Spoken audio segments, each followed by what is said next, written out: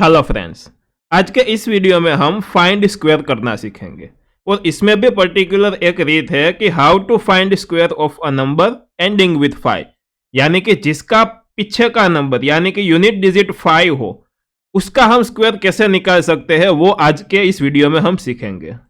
तो चलिए हम एक एग्जांपल ले लेते हैं। मान लीजिए मैंने यहाँ पे लिख दिया 25, तो 25 का हमें स्क्वायर निकालना और ये स्क्वायर हमें लॉन्ग रूट से नहीं निकालना, चुटकी बजाते ही आंसर आ जाना चाहिए वैसे निकालना है। तो कैसे निकालेंगे? तो उसकी एक ट्रिक है कि सबसे पहले जो लास्ट डिजिट है 5 हमारा, उसका सबसे पहले हमें स्क्वायर निकाल लेना है। तो 5 का स्क्वायर हो जाएगा 25। ये था स्टेप नंबर 1।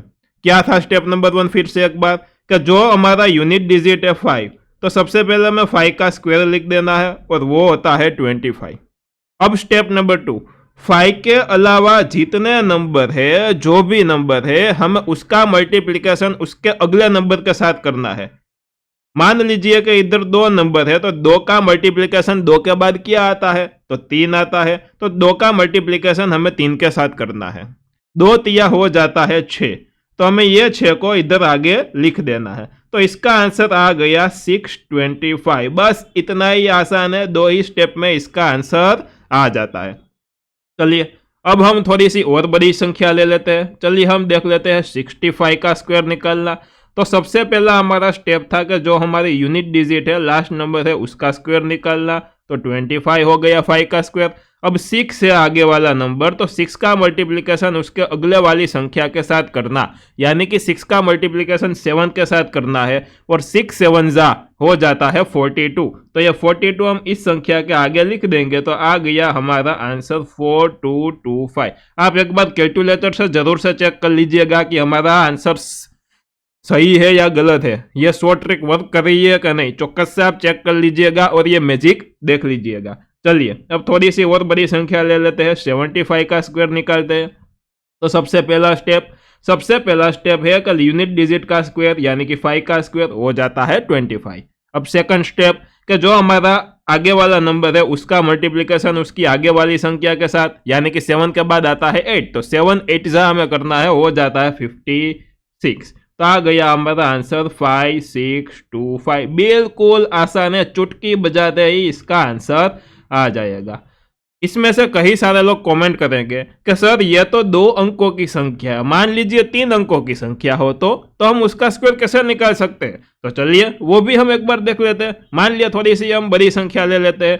तो ले लिए हमने 125। तो चलो 125 का हम स्क्वायर निकाल के देखते हैं। तो सबसे पहला स्टेप क्या था कि सबसे पहले हमें यूनिट डिजिट यानी कि 5 का स्क्वायर निकालना है। 5 का स्क्वायर हो जाता है 25। अब सेकंड स्टेप क्या था कि 5 के अलावा जितने भी नंबर है उसका मल्टीप्लिकेशन उसके अगले वाली संख्या के साथ करना है। इधर 12 है तो 12 का मल्टीप्लिकेशन हम 13 के साथ करेंगे। मान लीजिए उधर 15 होता तो 15 का मल्टीप्लिकेशन 16 के साथ करते। मान लीजिए उधर 33 होता तो 33 का मल्टीप्लिकेशन हम 34 के साथ करते। तो इधर 12 है तो 12 का मल्टीप्लिकेशन हम कर लेंगे 13 के साथ। तो 12 इंटू 13 हो जाएगा हमारा 156। तो यह 156 हमने इधर लिख दिया, तो यह आ गया हमारा आंसर 15625। तो ये आ गया हमारा आंसर। तो चुटकी बजाते ही हमारा आंसर आ जाता है। अब ये देख लेते हैं कि ये हमने स्क्वायर निकालने की ट्रिक देखी, तो उसका यूज केस क्या होगा, यानी कि आप उसको किधर यूज कर सकते हो। तो आप कोई भी एग्जाम दे दो, कोई भी कॉम्पिटिटिव एग्जाम हो या फिर कोई स्कूल की एग्जाम हो, तो उसके अंदर इस तरीके सा फॉर्मूला आता है। मान लीजिए पाई आर स्क्वायर ये एक फॉर्मूला है, उसके बाद पाई आर स्क्वायर एच ये भी एक फॉर्मूला है। तो उसके अंदर हमें आर की अंदर कोई भी वैल्यू पुट करनी होती है। मान लीजिए कि उधर दिया हुआ हो कि आर इज इक्वल टू 4.5, तो अब हम उसका स्क्वायर हमें करना ही होगा। तो हम 4.5 का स्क्वायर कैसे करेंगे? तो हम पॉइंट के अलावा जो भी संख्या है, मान लीजिए पॉइंट को निकाल देते हैं तो यह 45 हो जाता है। तो हम 45 का स्क्वायर निकाल देंगे।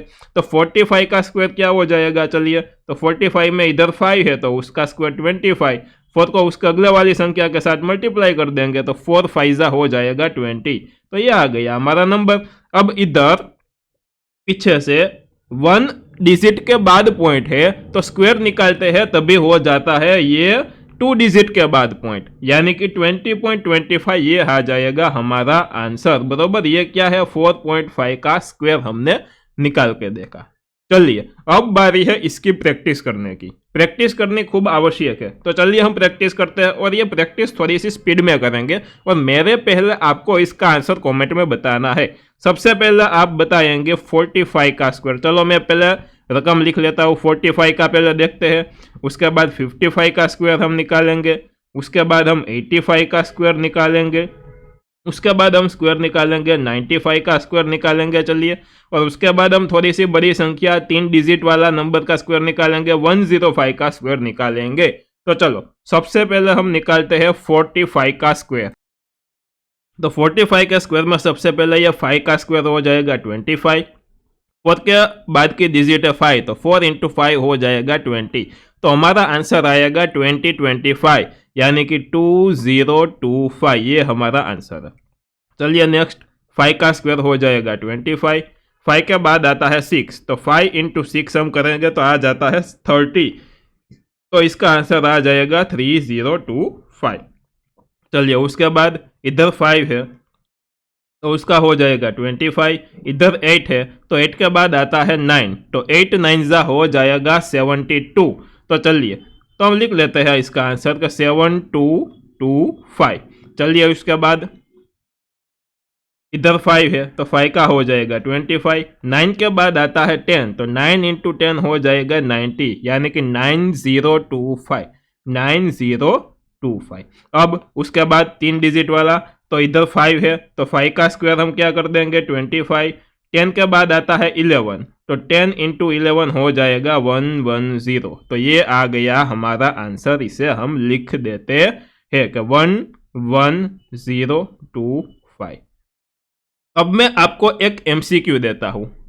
मान लीजिए कि इधर मैं जो ऑप्शन दूंगा, बराबर, उसमें से आपको फाइंड करना है, उसमें से आपको 1 सेकंड में फाइंड कर देना है कि 75 का स्क्वायर क्या है। ऑप्शन में से आपको फाइंड करना है कि 75 का स्क्वायर क्या है।